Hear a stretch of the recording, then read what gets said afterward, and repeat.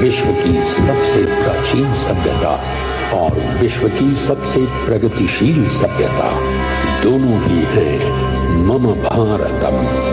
क्योंकि विरासत के नाम पर न हम विकास को दरकिनार करते हैं, न ही विकास की दौड़ में हम विरासत को पीछे छोड़ते हैं। साथ है हमारे युवाओं की असीमित ऊर्जा और नारी शक्ति का अखंड योगदान।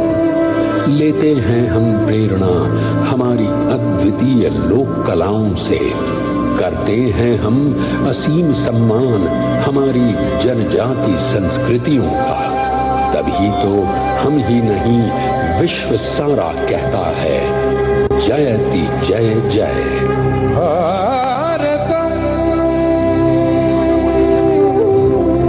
जयति जय जय मम भारतम,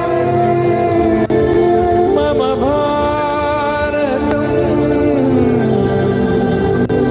भारतम।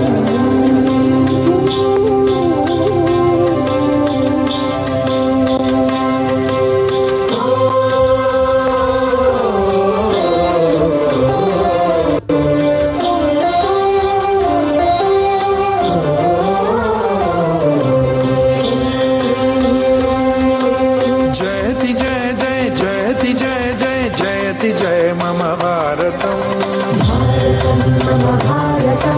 जयति जय जय जयति जय जय जयति जय मम भारतम। हो तेरी जय जय तेरी जय मम भारतम, तेरी जय मम भारतम, तेरी जय मम भारतम।